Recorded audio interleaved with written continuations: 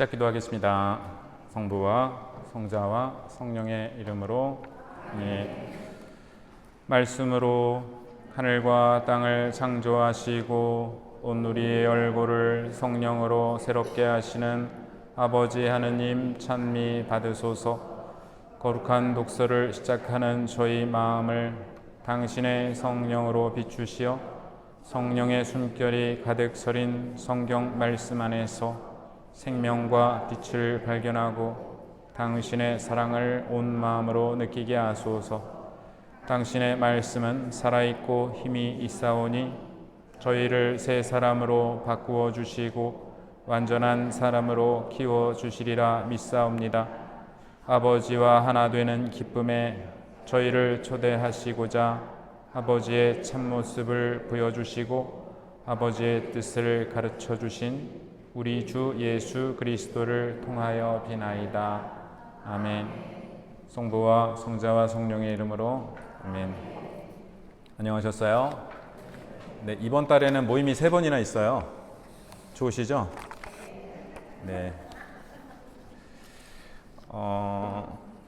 유인물 보시면 제가 지난 시간에 왜 주님을 사랑함이 아니라 경외함이 지식의 근원인가에 대해서 지난 강의로 그때 날라갔던 거 이제 가져왔는데요. 이제 이 롱맨 3세라는 분의 말씀인데, 경외함은 하느님께서 우리보다 훨씬 크신 분이시라는 것을 인정한다는 것을 보여줍니다. 경외는 우리로 하여금 도망가도록 하는 두려움이 아니라 주목하고 듣도록 하는 두려움입니다. 주님을 경외하는 것은 우리를 지혜의 특징인 겸손을 갖춘 사람으로 만듭니다. 또한 주님을 경외함은 필연적으로 순종을 낳습니다. 이렇게 정리를 했네요. 성모님을 보면은 정말 주님을 경외하는 분이셨죠. 겸손에 대해서 제가 전에도 한번 말씀드린 적이 있는데, 어떤 신학생이 신부님한테 물어봤대요. 신부님, 겸손에 대해서 좀 알려주십시오. 그랬더니 내가 이번에 그 글 쓴 거 있는데 그거 읽어봐. 참 잘 나왔어. 네, 겸손하신 건가요? 네. 많은 분들이 어떻게 해야 겸손한가, 다른 사람이랑 같이 있을 때 내가 저 사람보다 좀 나은 것 같은데 근데 내가 어떻게 겸손할 수 있을까? 근데 겸손은 다른 사람하고 나하고 비교해서 내가 더 낫다 아니면 더 낫다를 말하는 게 아니라 언제 어디서나 하느님이 계시잖아요. 그죠? 내가 누구랑 있든지 혼자 있든지 하느님이 함께 계십니다. 겸손은 하느님 앞에서 취해야 될 태도를 취하는 거예요. 근데 하느님이 늘 함께 계시죠. 그러면 누구랑 있든지 상관이 없죠. 이게 저 사람이 나보다 좀 모르는 것 같다 그래서 잘난 체 할 것도 아니고, 왜냐하면 그 자리에 하느님 계시니까. 그래서 얼마나 우리와 함께 계신 하느님을 의식하는가, 그것이 겸손일 것이고, 그 다음에 주님을 경외하는 것도 그 주님을 경외하는 것이 바로 지식의 근본이라고 잠언은 얘기합니다. 지혜문학의 3단계, 지난 시간에 이렇게 했던 거 다시 한번 혹시 또 넣어드렸고요. 이번 시간에 코헬렛 하겠습니다. 전에는 이거 뭐라고 불렀죠? 전도서라고 불렀고, 개신교는 지금도 전도서라고 부르고 있습니다. 그럼 아마 루터가 그렇게 불렀기 때문에 그런 영향이 아직 이렇게 존중하지 않을까 생각을 하는데요. 유다교에서 시작하여 예로니모를 거쳐 루터에 이르는 전통 가운데 하나는 코헬렛이라는 단어를 전도자, 전도사로 이해했습니다. 이러한 전통을 동양권에서도 받아들여 이 책을 전도서라고 불렀는데요. 그런데 논리적으로는 전도서라고 하기보다는 전도자서 이렇게 하는 것이 맞지 않을까 싶은데, 전도서라고 부름으로써 마치 이 책이 종교의 도리를 전파하고자 집필된 책으로 오해할 여지가 발생하였습니다. 더군다나 이 책의 저자는 그 설교를 하거나 전도를 하지 않습니다. 오히려 냉철한 이성과 반성으로 자기가 깨우친 삶의 지혜와 진리를 전해주는 철학자요 신학자입니다. 코헬렛의 뜻은 그럼 뭐냐? 명확하지가 않은데요. 집회, 회중, 백성 공동체 등을 뜻하는 카할에서 파생된 단어인데, 그래서 집회를 이룬 공동체 안에 어떤 직책이나 직무, 나아가 이 직책이나 직무를 맡은 사람을 가리키는 것으로 여겨집니다. 그래서 그리스어 번역 70인역에서는 에클레시아스테스, 곧 회중, 교회의 구성원으로, 또 예로니모는 라틴어로 연사, 콘시오나토르로 옮겼는데요. 이 밖에도 수집가, 대변인으로 옮기는 학자도 있습니다. 이렇게 뜻이 확실하지 않기 때문에 근래에 와서는 코헬렛을 번역하지 않고 그대로 쓰는 경우가 많습니다. 이 코헬렛을 보면은 솔로몬, 그러니까 잠언과 마찬가지로 솔로몬이 썼다고 나와 있지만 이 쓰인 언어나 표현은 솔로몬 시대보다 훨씬 후대의 것을 반영합니다. 그래서 기원전 3세기경으로 추정됩니다. 솔로몬이 뭐 기원전 900년대쯤 있었으니까 차이가 상당히 많이 나죠, 사실은. 우리로 치면은 뭐 세종대왕하고 우리 1428년이니까 그 정도 차이 날 것 같은데요. 그러니까 그러면은 왜 솔로몬이 안 썼는데 솔로몬이 썼다고 했어요? 근데 그게 고대 시대에는 큰 문제가 되지 않았고, 그 다음에 사람들은 그 당시에 글쎄요, 이거 솔로몬이 썼다고 자신 없으니까 넘어가겠습니다. 코헬렛 해석의 역사를 보시면 예로니모 성인은 아까 이제 교육분과장님도 말씀하셨는데 허무로다 허무 이렇게 시작을 하는데, 만일 하느님이 모든 것을 선하게 지으셨다면 어떻게 그것이 허무할까? 모든 것은 그 자체로 선하지만 하느님과 비교해 보면 아무것도 아니다, 이렇게 말씀을 하셨고요. 또 보나벤투라 성인은 세상을 신랑이 신부에게 끼워주는 결혼 반지에 비유를 했습니다. 선구적이네요. 우리 반지의 제왕이라는 영화 있었죠. 네. 신부는 신랑보다 반지를 더 사랑해서는 안 됩니다. 그죠? 네, 당연하죠. 나는 신랑보다 이 반지가 더 좋아, 이러면 안 되는 거죠. 그러니까 우리는 하느님보다 세상을 더 사랑하면 안 된다는 거죠. 그렇다고 반지를 무가치한 것으로 무시해서도 안 됩니다. 왜? 신랑이 준 거니까. 그래서 신부는 신랑에 대한 사랑에 대해서는 반지를 상대적으로 아무것도 아닌 것으로 간주해야 되고, 그러니까 신랑에 비교해 보자면 반지는 아무것도 아닌 것이지만 그래야 신랑의 영광이 될 것이고요. 그러므로 절대적 의미에서가 아니라 상대적 의미에서 우리는 세상을 경멸해야 된다. 그러니까 이거는 좀 세상은 헛되다, 그냥 무가치하다, 이렇게 볼 게 아니라 소중하죠. 하느님이 주신 거니까. 그런데 하느님 앞에서는 이게 보잘것없는 거구나 하고 그렇게 바라봐야 한다는 것입니다. 만일 어떤 사람이 행복하기를 바란다면 장래의 유익들을 사랑하고 현재의 유익들을 거부해야 한다고 보나벤투라 성인은 말씀하십니다. 대그레고리오 교황님으로부터 준주 성범에 이르기까지 코헬렛은 현세의 삶에서 도피하여 죽음 저편의 세상을 동경하라는 권고로 해석되어 왔습니다. 그러니까 그 정도의 해석을 한 것이고요. 구조를 보시면 머리말과 발문, 그건 이제 첨가 부분이 있는데 나머지 중간에는 통일되어 있지는 않은데, 이거는 이제 주석 성경이 이렇게 구분한 본문의 세 가지 구분을 했고요. 이 첨가 부분이 조금 나중에 조금 또 이렇게 중요한 부분이 될 수가 있습니다.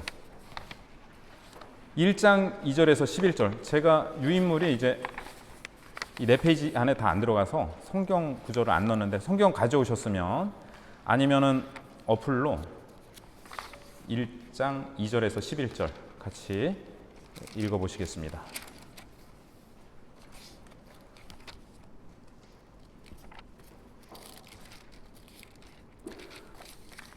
네, 시작. 허무로다 허무, 코헬렛이 말한다. 허무로다 허무, 모든 것이 허무로다. 태양 아래에서 애쓰는 모든 노고가 사람에게 무슨 보람이 있으랴.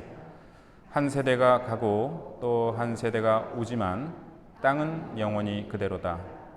태양은 뜨고 지지만 떠올랐던 그곳으로 서둘러 간다. 남쪽으로 불타 북쪽으로 도는 바람은 돌고 돌며 가지만 제자리로 되돌아온다. 강물이 모두 바다로 흘러드는데 바다는 가득 차지 않는다. 강물은 흘러드는 그곳으로 계속 흘러든다. 온갖 말로 애써 말하지만 아무도 다 말하지 못한다.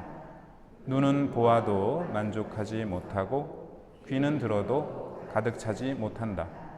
있던 것은 다시 있을 것이고 이루어진 것은 다시 이루어질 것이니 태양 아래 새로운 것이란 없다. 이걸 보아라, 새로운 것이다.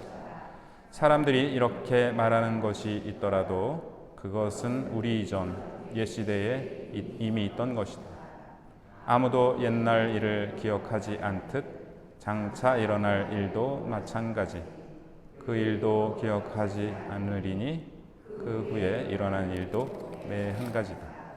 네, 이 코헬렛은 사실은 그 메소포타미아 지역 아니면 이집트 이런 지혜를 영향을 이렇게 아마 서로 주고받았으리라고 이렇게 생각을 하고요. 그래서 야훼라는 이름 대신에 엘로힘, 하느님이라고 얘기를 하는데, 저는 이제 코헬렛 읽으면서 그런 생각이 들었는데 약간 좀 동양적인 것 같아요. 사실은 여러분 이스라엘이 동양인가요? 서양인가요? 본인들은 서양이라고 얘기하지만 사실 지리적으로는 동양 아닐까요? 예. 그러니까 그 신학자들 중에 많은 분들은 예수님은 아시아 사람이라고 얘기를 해요. 네. 그래서 조금 정서가 좀 아시아적인 정서, 좀 동양적인 정서. 제가 그 말러라는 작곡가, 구스타프 말러라는 작곡가를 이렇게 즐겨 듣는 음악 중 하나인데, 사람들이 흔히 좀 허무하고 좀 염세적이다 그렇게 얘기들을 하지만 좀 잘못 이렇게 이해되고 있는 분인데요. 전혀 그렇지가 않고, 그분의 음악 중에 그 대지의 노래라는 음악이 있는데, 이승의 노래 이렇게 번역을 하는 게 더 좋을 것 같은데, 중국의 그 시인들의 시를 보고 말러가 감동을 받아갖고 그 작곡을 이렇게 했어요. 그래갖고 제가 코헬렛 준비를 하면서 최근에 그거를 여러 차례 들었는데, 뭐 이게 코헬렛이랑 비슷해요. 지금 좀 전에 읽은 내용들이랑. 근데 그렇게 허무하게 끝이 나는 게 아니라 되게 그 말러는 죽음에 대해서 굉장히 그 두려워하면서 좀 그거를 신앙적으로도 극복하려고 많이 노력을 하고, 또 부활이라는 교향곡도 쓰고 그랬는데, 어쨌든 그거를 어떻게 해석하느냐의 문제이겠지만 굉장히 그 영혼을 갈망하는 그런 음악이라고 저는 생각이 들고, 코헬렛도 마찬가지인 것 같아요. 막 허무하다 허무, 이게 염세적인 거하고는 굉장히 다른, 우리가 그 제일 좀 조심해야 될 게 그 냉소적인 거, 막 해봤자야 별거 없어, 굉장히 경계해야 될 태도입니다. 근데 코헬렛은 그런 게 아니라 이 세상이 이렇게 보이지만 여기에서 그 의미를 찾으려고 애쓰는, 그리고 특히 신앙 안에서 그 의미를 찾으려고 애쓰는 노력이 좀 보이고요. 한번 여기 유인물 보시면 허무로다 허무, 이렇게 이거를 하발림이라고 이렇게 히브리어는 되어 있는데, 허무들의 허무라는 뜻입니다. 허무들의 허무. 그래서 명사의 단수와 복수를 함께 쓰는 것은 히브리어에서 최상급을 표현한 방법인데요. 예를 들면 임금들의 임금, 그럼 최고의 임금. 종들의 종, 그럼 비천한 종. 그 대그레고리오 교황님 스스로를 종들의 종이라고 불렀는데 가장 비천한 종이다, 그런 뜻입니다. 또 신들의 신은 가장 높은 신. 그래서 허무들의 허무는 절대적이거나 궁극적인 허무를 말합니다. 이 헤벨이라는 허무라는 단어는 히브리어 성경에서 73회 등장하는데 그중 코헬렛에만 39회 등장합니다. 문자적 의미는 공기, 증기, 연기, 안개, 숨결, 사라지는 것들이에요. 그래서 덧없거나 실체가 없는 것을 가리키는 은유로 자주 사용되고 인간의 수명, 나아가 인간 그 자체도 헤벨이라 일컬어집니다. 카인의 동생 이름이 뭐죠? 아벨인데요. 본래 하벨인데 아벨로 발음을 하는데 역시 헤벨에서 파생되었고 이 아벨의 목숨이 카인에 의해 덧없이 사라졌다는 의미입니다. 학자들은 이해할 수 없는 것, 알 수 없는 것, 신비로운 것, 수수께끼 같은 것, 불합리한 것을 의미한다고 주장합니다. 또 어떤 학자들은 알베르 까뮈의 사상을 규정짓는 부조리와 같은 의미라고 보기도 합니다. 이 까뮈의 부조리는 이 각주 8번에 제가 써드렸는데 인간과 세계 사이의 충돌을 의미한다고 해요. 인간은 삶의 의미를 알고자 하지만 세계는 그 질문에 아무런 대답도 하지 않습니다. 이처럼 의미를 추구하는 인간과 침묵하는 세계가 만나면서 부조리가 발생합니다. 즉 부조리는 인간이나 세계 자체의 속성이 아니라 둘의 관계에서 생겨납니다. 그럼 이 부조리 안에서 그럼 까미는 어떻게 하라고 하냐? 반항해야 한다. 이제 이 반항은 막 껌 씹고 이렇게 째려보고 그런 반항이 아니에요. 그게 아니라 부조리를 인정하면서도 거짓 희망에 기대지 않고 그럼에도 삶을 포기하지 않은 채 계속 살아가는 태도를 의미합니다. 이게 부조리하니까 이제 여기서 이렇게 별 의미가 없네 하고 절망하고 낙심하는 게 아니라 계속 살아나가는 게 그게 반항이라는 거예요. 그런 의미에서 보면은 이 코헬렛의 허무랑 이 까미가 말한 부조리랑 좀 통하는 면이 있는 것처럼 보이기도 합니다. 코헬렛은 지혜로운이나 어리석은이나 인간이나 짐승이나 의인이나 악인이나 모두에게 닥치는 공통된 운명인 죽음에 대해서는 헤벨이라 말하고 이것은 인간의 이해 능력을 초월합니다. 코헬렛 전면에 걸쳐서 왜 이렇게 그러면 허무하다고 얘기하고 왜 이렇게 얘기하느냐? 사실은 죽음 때문이에요. 그렇게 열심히 일하고 뭐 이렇게 명성을 누리고 뭘 쌓고 그래도 죽음이면 다 끝난다. 왜냐하면 지금 이게 쓰여진 거는 기원전 3세기인데 아직 내세에 대한 희망은 그때는 없었습니다. 구약 성경 곳곳에 보면은 내세에 대한 암시가 있는 구절들이 있지만 본격적으로 시작된 거는 이제 우리가 그 그리스 시대에 이제 그 박해를 받을 그때 의인들이 박해받고 막 마카베옥이나 뭐 이런데 그 시기에 와서 내세에 대한 그 어떤 희망이 굉장히 강해졌고요. 코헬렛 시대에는 아직은 내세에 대한 희망이 그렇게 본격적으로 적어도 이 책 안에서는 그런 게 드러나지 않고 태양 아래에서라는 이제 표현이 나오는데 코헬렛이 가장 좋아하는 표현 중 하나로 29회 등장하는데 코헬렛에만 나오는 표현입니다. 자, 하늘 아래에서와 태양 아래에서를 구분을 할 수가 있는데요. 하늘 아래에서가 세상 어디에서나 일어나는 인간 경험의 보편성을 가리키는 반면, 즉 이제 공간적 의미라고 본다면 태양 아래에서는 살아있는 이들의 시간적 우주를 가리킵니다. 그러니까 하늘 아래서는 좀 공간적 의미, 태양 아래서는 시간적 의미. 뭐냐? 살아있는 사람들의 시간적 우주라는 거죠. 저승과 대조되는 이 세상을 뜻하는 용어입니다. 코헬렛은 살아있는 이들의 영역에서의 존재에 관심을 두고 있습니다. 그래서 이 죽은 다음에 거기에 대해서는 그냥 모르는 채로 그냥 이렇게 두고 있어요. 자, 코헬렛은 인간의 삶이 아무런 의미나 가치가 없다는 뜻에서 허무하다고 말하는 것이 아니라 다만 그것이 덧없고 신뢰할 수 없다는 뜻으로 말하고 있습니다. 자, 이번에는 3장 1절에서 11절 같이 읽어보실게요.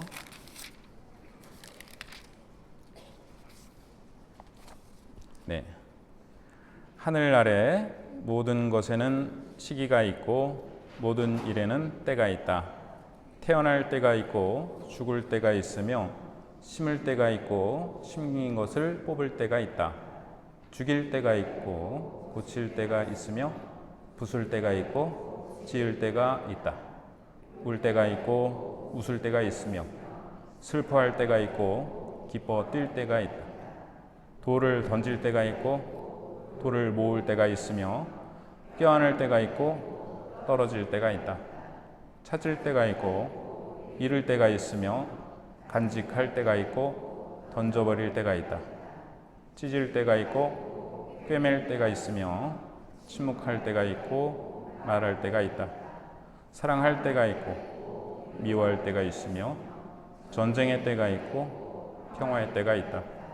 그러니 일하는 사람에게 그 애쓴 보람이 무엇이겠는가? 나는 인간의 아들들이 고생하도록 하느님께서 마련하신 일을 보았다. 그분께서는 모든 것을 제때에 아름답도록 만드셨다. 또한 그들 마음속에 시간 의식도 심어주셨다. 그러나 하느님께서 시작에서 종말까지 하시는 일을 인간은 깨닫지 못한다. 네, 모든 것은 때가 있다. 모든 것은 때가 있으니까 어떻게 해야 돼요? 자주 씻어야겠죠? 코엘렛의 말씀 중 가장 잘 알려져 있고 가장 자주 인용되는 구절인데요. 자, 모든 것은 때가 있으니까 인간이 적절한 때를 지금은 때가 아니야. 그래, 다음 기회를 노려보자. 이렇게 인용하는 게 아니라는 거예요. 그런 적절한 때를 분별하여 행동해야 된다는 교훈으로 이해하지만 이 시는 인간의 계획이나 능력이 아니라 모든 때와 계절을 정하시는 하느님의 주권적 활동을 강조합니다. 중심은 인간이 아니라 하느님이십니다. 인간의 활동은 하느님의 결정과 섭리 안에서 이해되어야 한다는 것이 이 구절의 핵심입니다. 그래서 11절에 하느님께서 시작에서 종말까지 하시는 일을 인간은 깨닫지 못한다. 이것이 좀 중심적인 얘기라고 하겠습니다. 제가 아까 그 말러 얘기를 했는데 재밌다 그러면 안 될 것 같은데 베토벤이 교향곡을 9개 썼거든요. 9개 쓰고 돌아가셨는데 슈베르트도 9개 썼어요. 근데 브루크너라는 작곡가도 9개 썼거든요. 근데 드보르작은 말러보다 먼저 돌아가셨지만 나중에 5개인 줄 알았는데 나중에 보니까 9개였어요. 말러가 나도 교향곡 9개 작곡하면 죽는 게 아닐까 두려워가지고 8번까지 작곡한 다음에 9번째 교향곡 작곡했는데 그거를 대지의 노래라고, 이승의 노래라고 이름을 붙였습니다. 그러고 10번째 교향곡을 작곡했는데 이거를 10번으로 해야 되나 9번으로 해야 되나 고민이 된 거예요. 9번으로 했어요. 그리고 죽었습니다.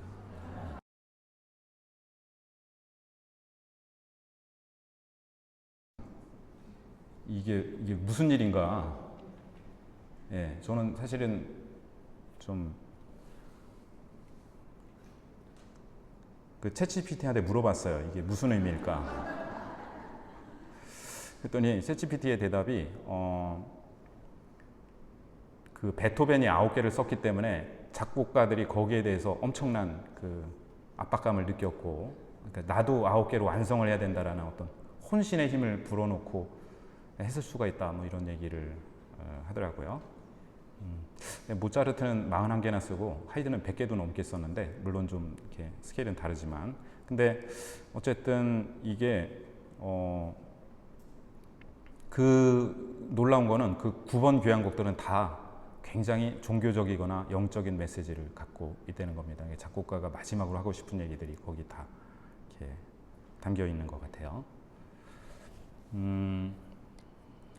네, 코엘렛의 주제를 보면은 첫 번째는 허무, 헛됨. 이거는 아까 말씀드렸으니까 넘어가고, 두 번째는 기쁨입니다. 특정한 수고의 몫이 만족 혹은 즐거움이라고 생각합니다. 이 정도는 적어도 하느님으로부터 주어진 것이라는 것입니다. 그러나 하느님의 이 주시는 행위에서 코엘렛은 어떤 일관성도 찾아내지 못합니다. 그것은 신비입니다. 인간이 인생을 최대로 충만하게 살아야 하는 까닭은 인간이 가야 할 저승에는 어떤 활동도 있을 수 없기 때문입니다. 이처럼 죽음에 대한 어두운 전망 때문에 인생을 즐기라는 권고를 하게 됩니다. 자, 그러면 여기에서 혹시 그 죽은 시인의 사회라는 영화 보셨어요? 예, 거기에 보면은 그 로빈 윌리엄스가 선생님으로 나오면서 까르페 디엠이라는 말을 하는데, 이거는 이제 호라시우스라는 시인이 쓴 시에서 인용된 말인데, 오늘을 붙잡아라 이런 뜻입니다. 호라시우스는 내일을 너무 믿지 말고 오늘을 붙잡으라고 말합니다. 그래서 코헬렛이나 이 까르페 디엠이나 둘 다 인생은 짧고 유한하다고 보는 데서 일치하지만 다음과 같은 차이가 있는데요. 코헬렛은 인간은 미래를 완전히 알 수 없다 이런 입장이고, 까르페 디엠은 미래는 불확실하다. 코헬렛은 삶은 하느님이 주신 선물이다. 까르페 디엠은 미래를 장담할 수 없으므로 현재를 즐겨야 한다. 그래서 그 목표는, 코헬렛은 하느님께 대한 경외와 삶의 수용입니다. 또 까르페 디엠은 현재의 행복과 삶의 향유, 자아 성취라고 하겠죠. 결국은 하느님을 앞에 모시고 있느냐 그렇지 않느냐의 차이라고 하겠습니다. 세 번째 코헬렛의 주제로 지혜를 보겠는데요. 전통적 지혜의 한계를 비판하며 현자들이 사용하던 방법론, 잠언, 격언, 관찰 등을 이용합니다. 또한 지혜가 어리석음보다 낫다고 보며 어리석음의 대표적인 특징으로 수다스러움을 지적합니다. 네, 우리말 속담에도 그런 거 있죠. 뭐가 있더라? 네, 어쨌든 말이 많으면 어리석다고 이렇게 보고 있어요. 말이 많으면 실수도 많고, 네, 그래서 수다스러움을 굉장히 경계하고 있습니다. 네 번째, 하느님을 두려워함. 자, 12장, 아까 이제 12장 9절에서 마지막까지는 후대에 첨가된 거라고 말씀을 드렸는데, 같이 읽어보실까요? 13절. 마지막으로 결론을 들어보자. 하느님을 경외하고 그분의 계명들을 지켜라. 이야말로 모든 인간에게 지당한 것이다. 여기에 명시적으로 나오고, 그 외 본문에 두려워하다라는 동사가 몇 차례 등장합니다. 자, 다섯 번째로 하느님인데요. 그는 단순히 하느님을 하느님으로 받아들일 뿐입니다. 이것이 그의 신앙입니다. 그에게 진실했던 감추어진 하느님은 때로는 감추어 계신 하느님을 안다고 자처하는 사람들에게 자신을 감추십니다. 네, 나는 하느님 잘 알고 있어, 아주. 그런 사람은 잘 모르고 있다는 거예요. 그래서 나 하느님하고 친해, 하느님하고 맘먹어, 이런 사람들을 하느님을 두려워하지 않는 거죠.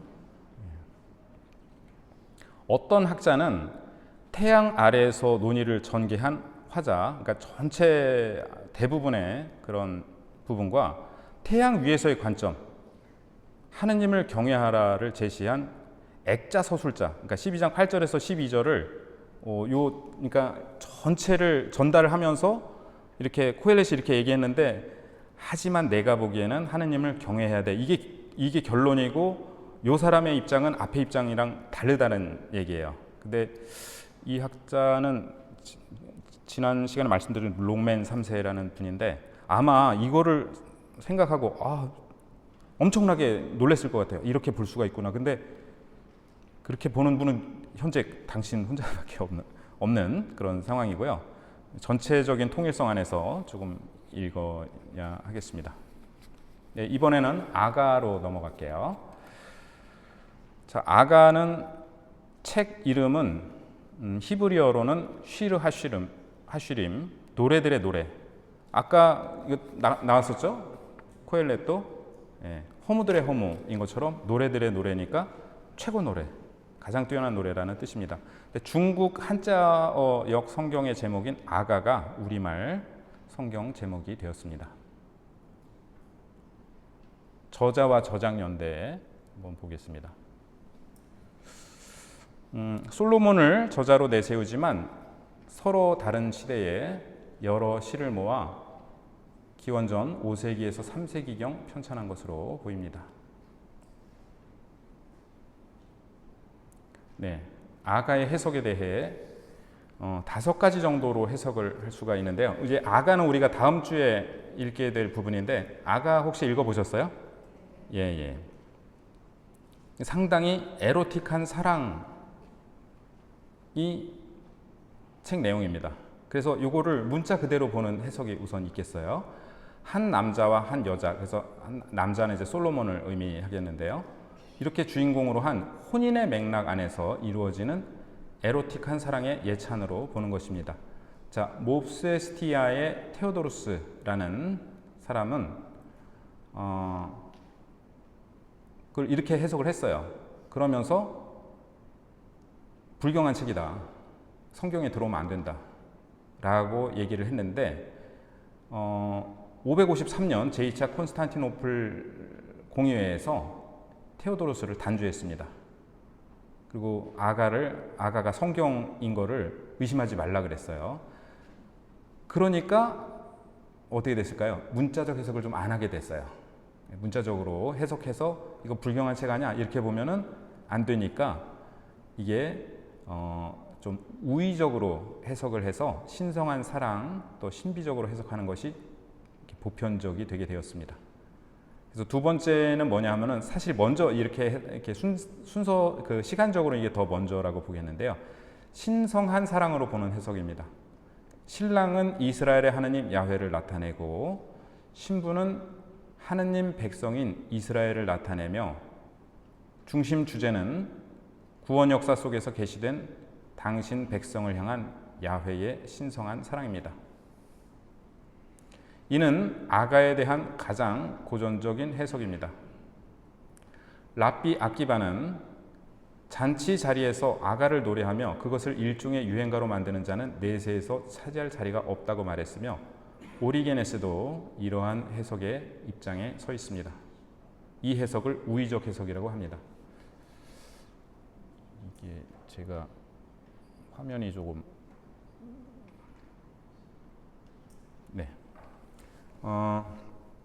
그러니까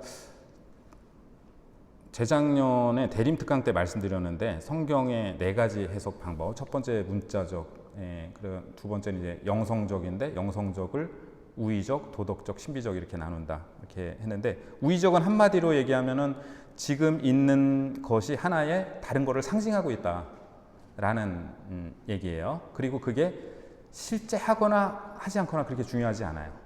그래서 이것이 역사적으로 실제로 있었던 일인지 아닌지가 중요하지 않고 그에게 하려는 얘기가 뭐냐? 하느님과 이스라엘과의 사랑이다 라고 해석을 한다는 거죠. 유다교는 그렇게 해석을 했고 그리스도교는 하느님과 하느님 백성 간의 사랑으로 본다 이렇게 해석을 하는 것이고요. 그 다음 이제 세 번째는 메시아적 해석인데 역시 우의적인 해석입니다. 신랑을 기름 부음 받은 임금인 메시아로 신부는 메시아의 백성으로 봅니다. 그래서 메시아의 백성은 유다교적인 관점에서는 예루살렘이고 그리스도교적 관점에서는 교회입니다. 그래서 아가가 묘사하는 혼인 결합의 기쁨은 교회를 향한 그리스도의 사랑 안에서 이미 시작된 결합에 대한 축제가 됩니다. 그러니까 두 번째와 세 번째 차이는 뭐냐면은 두 번째는 신랑은 하느님이고 신부는 하느님 백성이에요. 세 번째는 뭐냐면은 신랑이 그리스도예요. 그리고 신부는 교회입니다. 그리고 네 번째 해석은 뭐냐면은 신비적 해석인데요. 신랑을 하느님으로 신부를 개인의 영혼으로 보는 해석입니다. 그러니까 이제 신부가 공동체적인 교회가 아니라 개인의 영혼. 그래서 많은 성인들이 이렇게 해석을 하셨어요. 성 베르나르도, 성 보나벤투라, 성 토마스 아퀴나스, 아빌라의 성녀 데레사, 십자가의 성녀 등 많은 분이 이렇게 해석을 하셨고 성녀 소아데레사는 이렇게 말씀하셨는데요. 만약 내게 시간이 있다면 아가에 대해 말하고 싶습니다.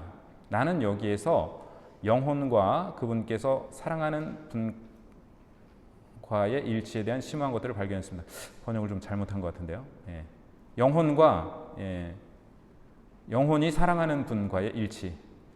그렇죠? 네. 그러니까 결국 이제 그리스도와 나, 이렇게 하느님과 나, 네, 이렇게 말씀을 하셨고요. 다섯 번째로는 그 어떤 학자의 그 해석이더라고요. 전례적 해석. 신랑을 야훼 하느님으로 해석하지만 신부를 모세의 성막, 솔로몬의 성전, 예루살렘 도성, 이스라엘 백성 전체로 해석하는 게 있습니다. 상당히 매력적인 해석이긴 한데 좀 내용이 길고 우리한테 네 가지로 충분할 것 같아서 그냥 소개만 해드렸습니다. 구조를 보시면 이렇게 구조를 볼 수 있어요. 그냥 하나의 그 가설입니다. 그래서 A, B, C, D, C-, B-, A-. 성경에 보면 이런 구조가 상당히 많아요. 그죠? 예. 좀 이렇게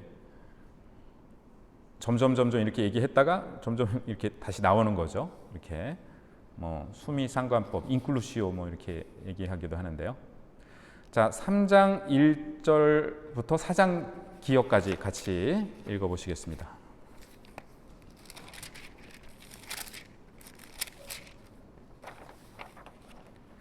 나는 잠자리에서 밤새도록 내가 사랑하는 이를 찾아다녔네. 그 일을 찾으려 하였건만 찾아내지 못하였다네. 나 일어나 성읍을 돌아다니리라. 거리와 광장마다 돌아다니며 내가 사랑하는 이를 찾으리라. 그 일을 찾으려 하였건만 찾아내지 못하였다네. 성읍을 돌아다니는 야경꾼들이 나를 보았네. 내가 사랑하는 이를 보셨나요? 그들을 지나치자마자 나는 내가 사랑하는 이를 찾았네. 나 그 일을 붙잡고 놓지 않았네. 네, 거기까지 4장 기억이고요. 이상하게 여기 있는데 눈물 날 것 같더라고요. 이렇게 제가 그 목마른 사슴 그 시편 되게 좋아하는데 그 시편 생각도 나고, 얼마나 그 사랑하는 이를 이렇게 찾고 있는지. 근데 마침내 찾은 거예요. 4장 기억에서. 근데 이거는 7월 22일 성녀 마리아 막달레나 축일 제1독서 때 봉독이 됩니다. 이날은 원래 기념일이었는데 프란시스코 교황님께서 2016년도에 축일로 격상하셨는데요. 우리 시대의 교회가 여성의 존엄과 새 복음화와 하느님 자비의 신비를 더 깊이 성찰하도록 부르심 받았는데, 그 세 가지 마리아 막달레나 성녀가 그 본보기로 합당하다고 보셨기 때문입니다. 자, 나는 잠자리에서 밤새도록 내가 사랑한 이를 찾아다녔네. 이 찾음의 근저에서 하느님에 대한 추구가 드러납니다. 사랑을 찾는 것 역시 결국은 초월을 향한 길입니다. 잠언에서는 사랑을 찾는 것은 지혜의 영역으로 옮겨놓습니다. 결국 진리와 사랑은 유일한 초월자의 다른 두 측면입니다. 그러니까 잠언이 이렇게 진리로 하느님을 추구한다면 아가는 사랑으로 하느님을 추구한다 하겠고, 우리 그죠? 믿음, 희망, 사랑 중에 믿음과 진리가 상응하겠고, 또 사랑, 그러니까 신덕송, 애덕송, 망덕송에서 신덕송과 애덕송 이렇게 관계를 볼 수가 있겠네요.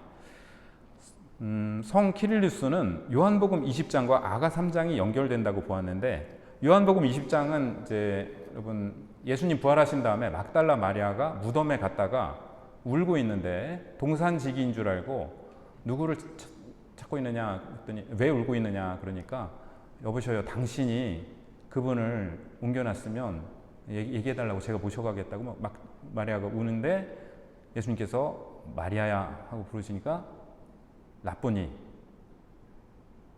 제가 옛날에 그거 예수님이 처음부터 예수님이라고 얘기 안 해주고 그러니까 나쁘니 이렇게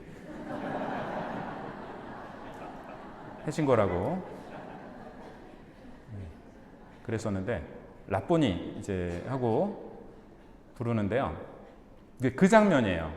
그러니까 뭐냐면은 키릴루스 교부는 조금 전에 읽은 아가서 3장 1절에서 4장 기억까지 하고 요한복음 20장의 막달라 마리아 얘기가 서로 연결된다고 해석을 하셨는데, 어쩌면 요한복음 자체가 아가서를 염두에 두고 썼을 수도 있다 이렇게도 보고 있습니다. 그래서 이 공통점을 보면 첫 번째, 새벽에 또는 밤에 사랑하는 이를 찾아 나선다. 두 번째, 처음에는 찾지 못한다. 세 번째, 천사들을 만난다. 여기는 이제 천사들은 아니지만, 네 번째, 마침내 사랑하는 이를 발견한다. 다섯 번째, 발견한 뒤 붙잡으러 한다. 왜 예수님께서 마리아 막달레나에게 내가 아직 아버지께 올라가지 않았으니 나를 더 이상 붙들지 마라 라고 말씀하시는데, 그러니까 이제 막달라 마리아가 잡으려고 했다는 거죠. 그러니까 예수님께서 붙잡지 마라 라고 하셨는데, 이 말씀과 아가서 3장 4절이 연결된다는 거예요. 나 그 일을 붙잡고 놓지 않았네. 네. 그래서 여기에서 그럼 마리아 막달레나는 그러면은 다빈치 코드가 맞네, 그럼 애인 맞네, 이게 아니고, 마리아 막달레나는 교회를 상징하고 있는 거예요. 그래서 신랑이신 그리스도를 찾는 교회의 모습을 대표합니다. 다음 3장 6절 같이 읽어보시겠습니다. 연기 기둥처럼 광야에서 올라오는 저 여인은 누구인가? 몰약과 유향, 이국의 온갖 향료로 향기를 풍기며 오는 저 여인은 누구인가? 이거 좀 입에 익지 않으세요? 예, 아침놀이 퍼지는 듯 달같이 아름답고 해와같이 진을 친 군대처럼 들리는 저 여인은 누구실까? 예, 까떼나 첫 구절하고 비슷하죠. 자, 1950년 B52세 교황님은 성모승천을 교의로 반포하면서 아가서가 전통적으로 성모님을 가리키는 본문으로, 아까 그 해석에서는 빠졌는데 성모님을 또 가리키는 본문으로도 이렇게 해석하는 것도 있어요. 그래서 특히 3장 6절을 성모님이 하늘로 들어올려지는 모습으로 이해를 했습니다. 거룩한 교부들의 발자취를 따라 성경에 나오는 사건들과 표현들을 성모 승천에 대한 그들의 믿음을 설명하기 위해 자유롭게 사용한 신학자들과 저술가들이 있었습니다. 이거는 우리가 천천히 뜯어보면 이게 학문적으로 정확하지는 않다라는 것을 애둘러 표현하신 것 같아요. 그들은 아가서를 인용하며 몰약과 유향, 이국의 온갖 향료로 향기를 풍기며 광에서 올라와 면류관을 쓰는 모습을 언급합니다. 이는 하늘의 여왕이시며 천상의 배필이신 분께서 하늘에 올려지시는 모습에 대한 묘사로 제시됩니다. 그러니까 아까 이제 우의적 해석을 말씀드렸는데, 우리가 그런 영성적 해석 중에 이런 우의적 해석, 이렇게 이게 약간 그 상징하고 있는 바가 그렇다라는 얘기죠. 그런 해석 중에 하나이겠죠. 그리고 이 구절이 그래서 레지오 마리아의 그 까떼나 첫머리에 인용이 되었습니다. 제가 아까 그 음악 얘기하면서 브루크너도 말씀을 드렸는데, 브루크너는 굉장히 열심한 가톨릭 신자였는데요. 오스트리아 린츠 성당에 오르간 주자였는데, 죽으면은 자기를 오르간 밑에 묻어달라고 했고 평생 결혼도 안 했어요. 제가 읽은 책에 보면은 딱 한 번 데이트를 했는데 30대 때인가 그랬대 10대 소녀랑 데이트를 했대요. 근데 선물로 책을 한 권 줬는데 그 여자가 책 포장지 뜯어보더니 이런 책 당신이나 읽으라고 내던지고 갔대요. 그 책이 뭐였냐면은 가톨릭 기도서. 근데 너무 신앙심이 대단해졌는데, 이분의 교향곡이 9개인데 이 알프스 산의 아름다움을 묘사한 그런 교향곡으로 많이들 해석을 해요. 근데 어떤 분은 이걸 되게 신앙적으로, 종교적으로, 그러니까 하느님을 향해 나아가는, 그러니까 어떤 영혼이 하느님을 향해 나아가는 어떤 과정으로 바라보기도 하고, 그래서 저는 좀 그렇게 이해를 하고 들으면 굉장히 아주 감동적인데요. 근데 똑같은 음악인데 어떤 사람은 그거를 알프스산 등산하는 걸로 해석을 하고, 어떤 사람은 하느님을 향해 나아가는 걸로 해석을 해요. 근데 우리가 만약에 이제 브루크너한테 뭘로 작곡을 한 거냐, 둘 중에 물어보면은 아마 나 산에 올라가다가 그걸로 하느님 둘 다라고 얘기를 할 것 같아요. 둘 중에 하나가 아니고. 그러니까 아가서는 남녀 간의 사랑을 얘기한 거냐, 아니면 이렇게 우리 교회와 그리스도, 아니면은 우리 영혼과 하느님과의 사랑을 얘기한 거냐, 사실 둘 다일 수가 있고, 중요한 거는 아까 얘기한 그 모세스티아의 테오드리오스처럼 남녀 간의 사랑을 부정적으로 바라보면은 그런 결론에 불경스럽다 얘기할 수 있겠지만, 그게 신성한 것이라는 것을 깨달으면은 이것과 이것이 이렇게 사랑이라는 측면에서 연결이 된다는 거죠. 사실 그리스도교는 이 육체에 대해서 부정적이지가 않습니다. 원래 육체를 부정적으로 바라본 건 그리스 철학이에요. 전에 제가 창세기 때 말씀을 드렸는데 육체는 영혼의 감옥이다 뭐 이런 얘기를 했고, 신이 두 종류가 있어서 아주 그 최고의 신이 영혼을 창조하고, 그 다음에 그 하급의 신이 육체를 창조하고, 그래서 이거를 그대로 갖다 쓴 사람들은 뭐라고 주장을 했냐면은 하느님 아버지께서 영혼을 보이지 않는 것을 창조하고 예수님께서는 보이는 것, 육체를 창조했다. 이렇게 얘기를 해서 이것도 공의회에서 이런 해석을 조심해야 된다. 그래서 우리 니케아 신경에 보이는 것과 보이지 않는 것을 다 한꺼번에 창조하셨다라고 고백을 하고 있는 거거든요. 그러면 그리스 철학은 그렇게 육체를 나쁘게 얘기하는데 그리스도교는 이 세상의 모든 종교 중에 가장 물질과 육체를 거룩하게 표현하는 종교입니다. 원래 왜 그럴까요? 하느님이 만드셨어요. 첫째, 그러니까 하느님 말고 다른 존재가 만든 게 아니라 하느님 만드셨고, 둘째, 하느님이 육을 취하셨어요.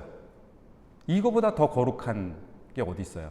우리의 물질과 우리 육체도 거룩한 것이고, 그래서 안타깝게도 이 그리스 철학의 영향으로 이 그리스도교 사상 내에서 그런 어떤 몸에 대한 거, 또 물질에 대한 거를 폄훼한 것도 사실입니다. 하지만 우리 성서적인 가르침을 보면은 그거는 원래 신성한 거고 거룩한 것이고 하느님을 반영하고 있어요.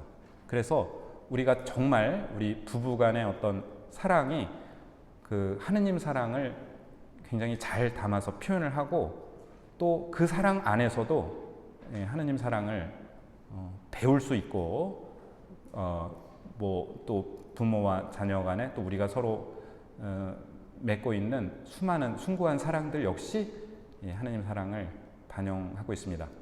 저는 그 꿈의 대화라는 노래 되게 좋아하는데요. 이렇게 땅거미 내려앉아 어두운 거리에 제가 그 피정 마치고 그 노래를 듣는데 예수님이 저한테 해주는 말씀 같았어요. 조용한 호숫가에 아무도 없는 곳에 우리의 나무집을 둘이서 짓는다. 내 눈에 반짝이는 별빛을 해리라. 이런 말씀들이 너무 막 예수님께서 저한테 하신 말씀으로 다가와가지고 저한테는 그게 성가예요, 거의. 예.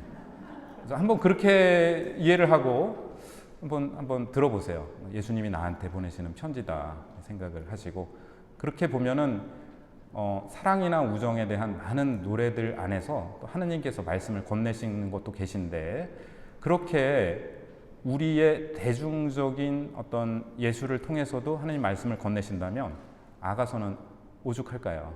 이것이 그럼 남녀 간의 사랑의 얘기냐, 하느님과의 사랑에 대한 얘기냐, 둘 중에 하나를 택할 것이 아니라 어쩌면 그 둘 다의 거룩한 진리를 우리에게 전해주는 성경이다, 이렇게 보실 수 있을 것 같고, 그래서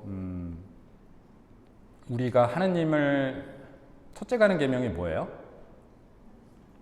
마음을 다하고 목숨을 다하고 힘을 다하여 하느님을 믿는 게 아니고 하느님을 사랑하는 것인데, 안타깝게도 우리는 자주 하느님을 믿는 게 첫째 계명인 것처럼, 예수님은 분명히 하느님 사랑하는 거를 말씀하셨는데, 특별히 아가서를 읽으면서 물론 사랑은 그 감정적인 것이기보다는 의지적이고 결단에 관한 것이지만 하느님 사랑하는 그런 마음을 많이 좀 이렇게 아가서에서 하느님께 표현도 하고 하느님께서 나에게 하시는 말씀으로도 받아들이면서 아가서를 잘 이렇게 읽어주시면 감사하겠습니다. 오늘 이상 마치겠습니다.